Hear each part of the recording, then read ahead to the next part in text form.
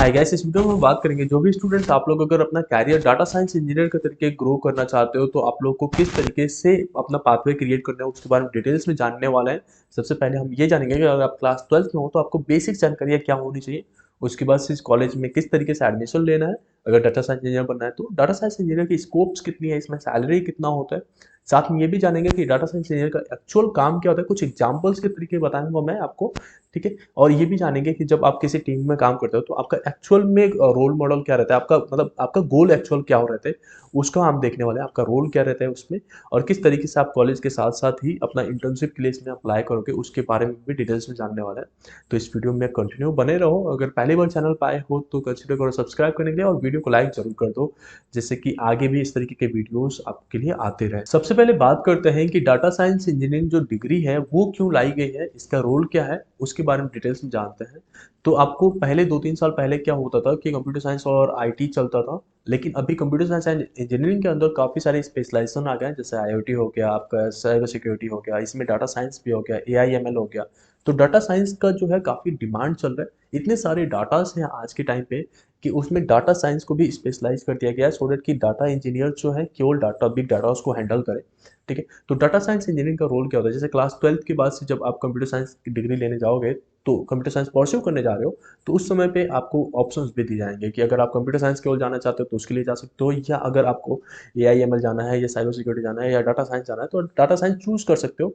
ये डिपेंड करता है आपके इंटरेस्ट पे। तो डाटा साइंस अगर चूज करते हो तो आप डाटा साइंस के तरीके ही आपका डिग्री मिलेगा। ठीक है।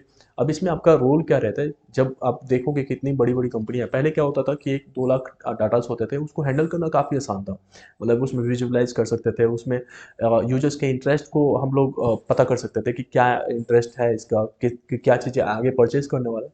बट अभी इतने ज़्यादा यूजर्स हैं, मतलब 10 लाख 20 लाख 40 लाख यूजर्स एक बार आ रहे हैं वेबसाइट पे एक एक दिन में। तो आप कैसे उसमें हैंडल करोगे कि यार इस इन यूजर्स का जो है क्या इंटरेस्ट है। अब इसे मैनुअली करना पॉसिबल नहीं है। तो इसमें क्या होता है कि डाटास को सभी जो भी आ रहे हैं यूजर्स, सभी यूजर्स का डाटा को कलेक्ट की जाती है और उसके बाद से उस पर कुछ प्रोसेसिंग करने के बाद से उसमें हम लोग जेनेरिक रिजल्ट्स निकालते हैं कि भाई आगे जो है इन यूजर्स का क्या इंटरेस्ट है, कहाँ से हमारा ड्रॉप हो रहा है, किसी वेबसाइट्स पे आ रहे हैं तो कहाँ से यूजर जो है बिखर जाते हैं, किस जगह से टूट जा रहे हैं, या उन्होंने परचेस क्यों नहीं किया, जैसे क्या कार्ड्स फेल होने की दिक्कत आ रही है। तो ये सब चीज़ें जो है डाटा साइंस इंजीनियर ही हैंडल कर पाते हैं, वही समझ पाते हैं डाटास को देख के कि आगे इस यूजर्स का क्या जो है बिहेवियर होने वाला है। ठीक है। और इस तरीके से जैसे मान लो कोई वेबसाइट ही है, अगर कोई डाटा यूजर्स आ रहे हैं, बहुत सारे यूजर्स आ रहे हैं, तो किस जगह पे उस वेबसाइट में इंप्रूवमेंट की ज़रूरत है जहाँ से जो है बार बार यूजर्स जो है बाहर चले जा रहे हैं। ठीक है। तो इस तरीके से आपका रोल रहता है। और ये डाटा एक्चुअल में डाटा से इतने ज़्यादा होते जा रहे हैं, आप फेसबुक देख लो, इंस्टाग्राम देख लो, इतने सारे लोग इनको देख रहे हैं। तो यहाँ पे यूजर्स के बिहेवियर्स को किसी कंपनी के लिए उनके जो है प्रीवियस डाटा से चीज़ों को रिकॉर्ड्स को मैच करके आगे जो है किस प्रोडक्ट्स पे ज़्यादा वो रहेगा। जैसे मान लो एक कंपनी का सिनेरियो लेते हैं। एक कंपनी में मान लो बहुत सारे प्रोडक्ट्स क्रिएट किए जाते हैं, इतने सारे और बहुत सारा परचेसिंग एंड सेलिंग हो रहा है। ठीक है। अब वो जब आप डाटा साइंस उसका वो करोगे, आप उनके डाटास को निकालोगे और उसको विजुअलाइज कराओगे, तो उसमें आपको कुछ पता चलेगा कि ये प्रोडक्ट पे हमने एक्सपेंस ज़्यादा लगा दिया, लेकिन इसका सेल्स उतना जनरेट नहीं हुआ, किस वजह से नहीं हुआ।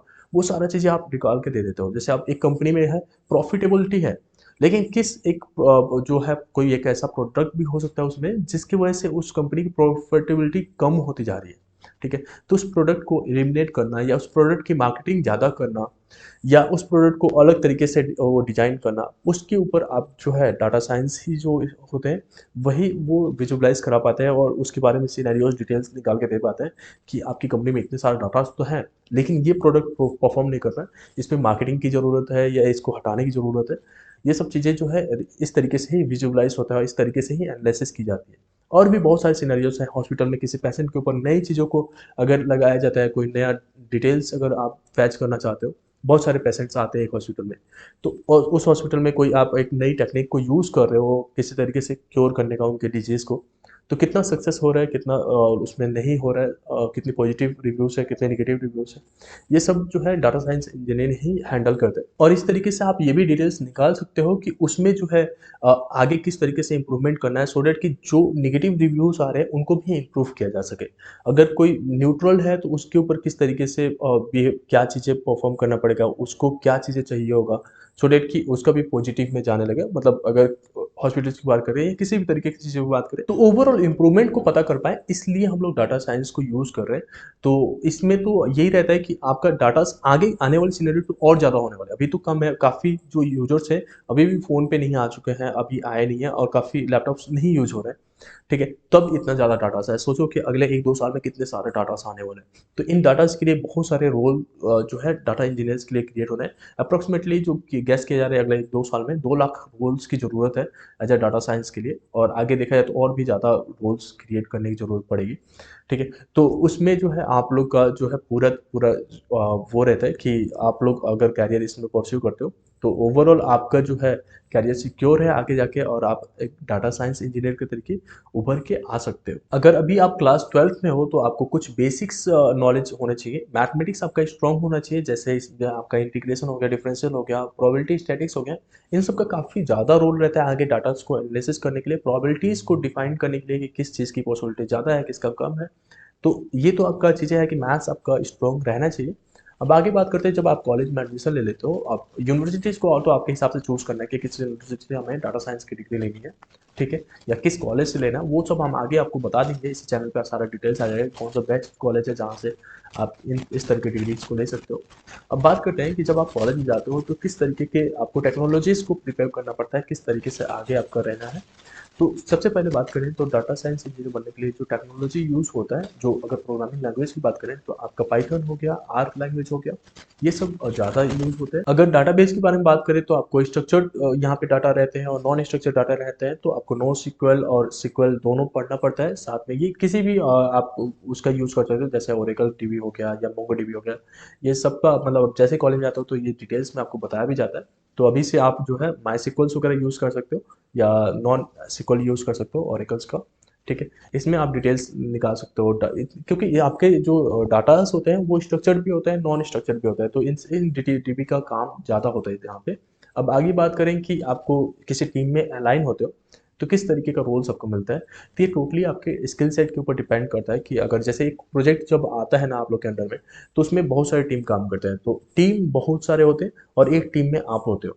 ठीक है, तो ये किसी भी कंपनी में सिनेरियो रहता है कि आपको जो है एक टीम में लाया गया, एक प्रोजेक्ट के एक टीम में आप हो तो आपको एक किसी तरीके का आपको रोल दिया जाएगा। जैसे डाटा साइंस हो तो उसमें डाटा साइंटिस्ट भी रहते हैं, किसी को मशीन लर्निंग में काफ़ी फोकस है तो वो भी रहते हैं उधर, कोई जावा प्रोग्रामिंग वगैरह करता है तो वो भी रहते हैं उधर प्रोडक्शन के लिए। उसके साथ-साथ आपका प्रोजेक्ट मैनेजर तो होता ही है। तो ओवरऑल देखा जाए तो ये सारे चीज़ों की ज़रूरत पड़ती है। तो आपके स्किल के बेसिस पे आपका भी एक रोल क्रिएट होता है। जैसे डाटा साइंस का अगर रोल है आपका डाटा साइंस इंजीनियर, तो आप उसमें एनालिटिक्स करते हो, डाटाज़ को देखते हो कि क्या स्ट्रक्चर्ड है, और उनमें जैसे मतलब बहुत सारे रफ डाटास आते हैं, तो उसमें से क्या वैल्यूएबल डाटास है, उनको निकालना, ये सारे रोल्स रहते हैं। और ऐसा नहीं है कि आपको जो है ओवरऑल डेवलप किया जाएगा कि मतलब आपका रफ डाटा आया और कैसे फ्रेश डाटा उसके बाद से उससे कैसे जो है आगे सॉफ्टवेयर बिल्ड करना है, सो डेट कि मतलब आगे जो कस्टमर्स है उसको जो भी मतलब उस क्लाइंट है उसके लिए जो है आप वैल्यूएबल चीज़ों को प्रोवाइड कर रहे हो। उतना सारा सारा फोकस आपके ऊपर नहीं रहता, आपको किसी एक पर्टिकुलर चीज़ पे ही फोकस करना पड़ता है। जैसे मान लो रफ डाटा है तो उसको एनालिसिस करके आपने फेयर डाटा दिया तो उसके ऊपर से कोई मॉडल बना रहा है जो आगे बिजनेस में यूज होने वाला है। ठीक है, तो ये तो वे है जहाँ पे आपका जो है as a data science engineer आपको जाना पड़ता है। अब बात करते हैं सैलरी के बारे में, तो इसमें जो है सैलरी काफ़ी अच्छा रहता है। ऑर्गेनाइजेशंस में आप शुरुआत करने जाते हो तो अगर 3-4 साल बाद की बात करते हैं तो लगभग 8 से 10 लाख से स्टार्टिंग होती है, और जैसे-जैसे आपका एक्सपीरियंस बढ़ते जाता है वैसे-वैसे आपकी सैलरी भी काफ़ी ज़्यादा बढ़ती जाती है। अगर आप कॉलेज से ही अपना प्लेसमेंट लेना चाहते हो तो आप लोग को कुछ चीज़ों का ध्यान रखना होता है। फर्स्ट ईयर से ही थोड़ा-सा एफर्ट देना पड़ता है। फर्स्ट ईयर में तो आप अपना सेमेस्टर सारे अच्छे से क्लियर करने की कोशिश करो। सेकेंड सेमेस्टर से आपके लैंग्वेजेस प्रिपेयर होने चाहिए, मतलब कि आप पाइथन पे अपना काम कर सकते हो, बहुत सारे डाटा स्ट्रक्चर्स को सॉल्व कर सकते हो। उसके साथ साथ जो है आप किसी इंटर्नशिप के लिए अप्लाई कर सकते हो, बहुत सारे इंटर्नशिप रहते हैं, तो उनमें आप कुछ प्रोजेक्ट्स पे काम करते करते किसी इंटर्नशिप के लिए अप्लाई कर सकते हो। एक बार इंटर्नशिप आ जाता है तो जब कॉलेज में आप इंटरव्यूज़ के लिए बैठते हो तो वहाँ पे जब शोकेस करते हो कि मैं इस कंपनी के लिए इंटर्नशिप किया था, तो इस कंपनी से इंटर्नशिप किया था, तो लाइक ऐसा रहता है कि वो ज़्यादा आपको प्रेफ़रेंस देते हैं और आप एक अच्छा जो है पैकेज लेके जाते हो वहाँ से, ठीक है। तो इस तरीके से आप आगे मूव कर सकते हो। किसी तरह का क्वेरीज़ है तो आप हमें कमेंट सेक्शन में पूछ सकते हो। होप इन दैट आपको ये वीडियो पसंद आया होगा। Thank you so